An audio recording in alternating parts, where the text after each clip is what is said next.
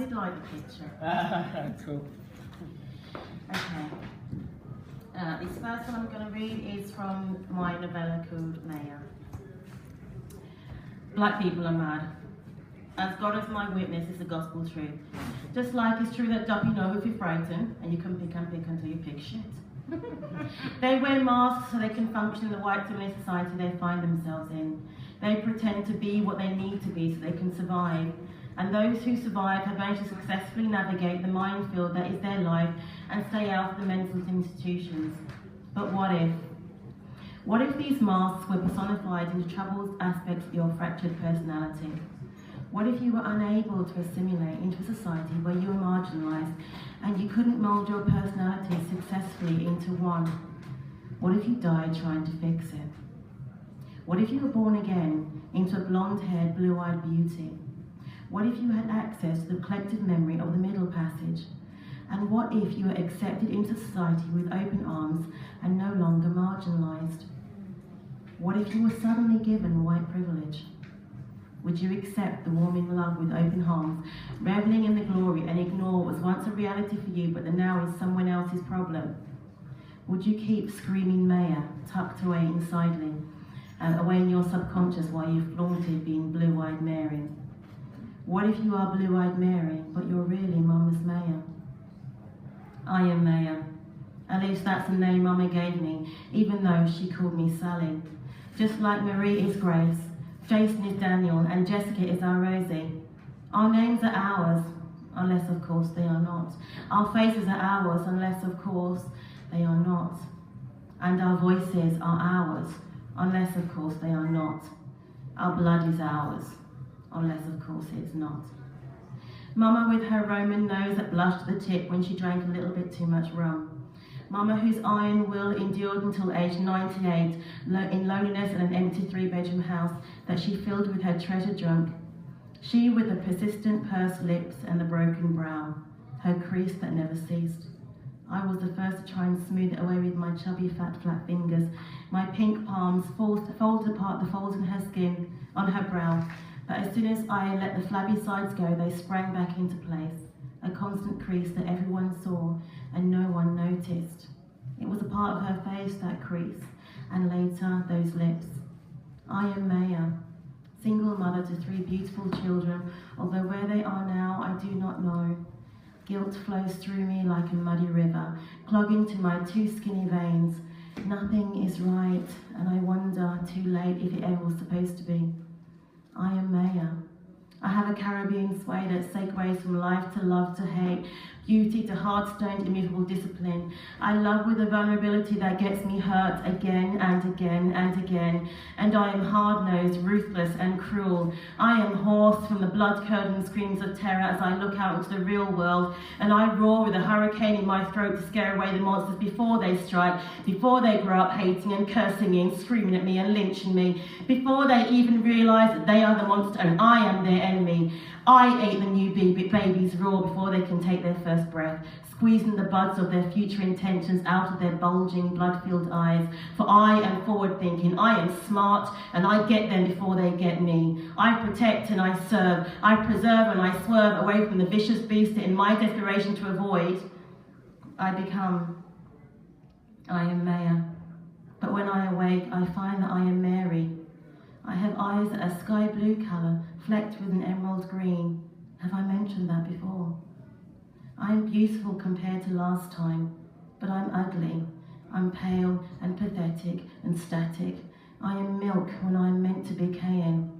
Before music and rhythm is a tap dance through my veins, shimmy up my spine and my footstep emitted a snapping sparkle that even in my dreams would make others stare in envy as I sashayed and shoe-shuffled my way through life. An unusual one, my mama always said. That was before though, a long time before, when I was honestly and truthfully Maya. Even I can see that at 14. I have blonde hair scraped up into a high ponytail that swishes back and forth as I walk, and I deliberately swish it. It sounds familiar, but not. It sounds new, but something about it is old. I know it. It's at the tip of my tongue and refuses to budge. I like the way it feels around my neck at the top of my back, so light, so soft and so new. I have a splattering of freckles across my ski-sloped nose, but my lips still purse, like Mama. I may be Mary, but I'm still Maya. I still have my Caribbean sway that I will keep with me to the day I die again. That's something I won't part with, not for all the tea in China. I am Maya, but when I awake, I find that I am Mary. I have eyes that are a sky blue colour, flecked with an emerald green. Have I mentioned that before? Have I mentioned that before? Thank you.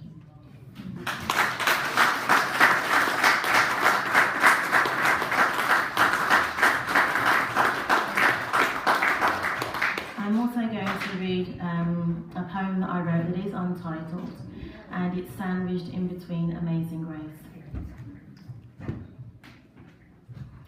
Amazing grace, how sweet the sound that saved a wretch like me. I once was lost, but now I'm found. Was blind, but now I see.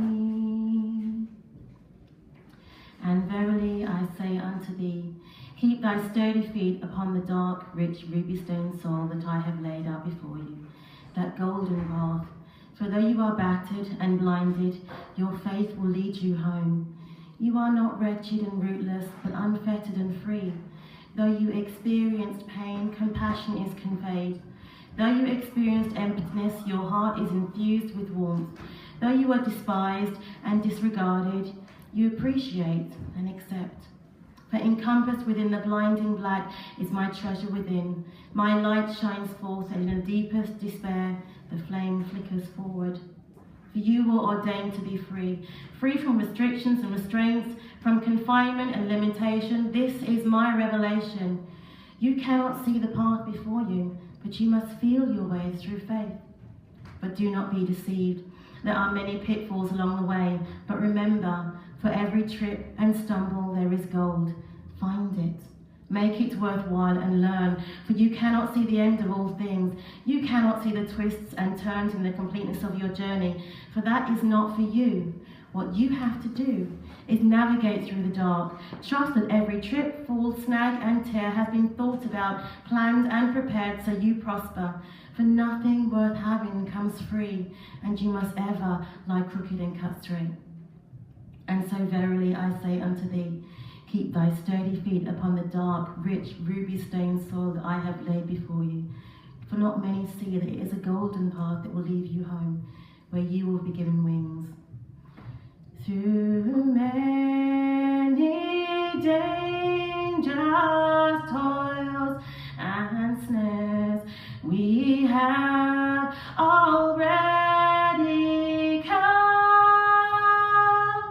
'Twas grace that brought us safe thus far, and grace will lead us home.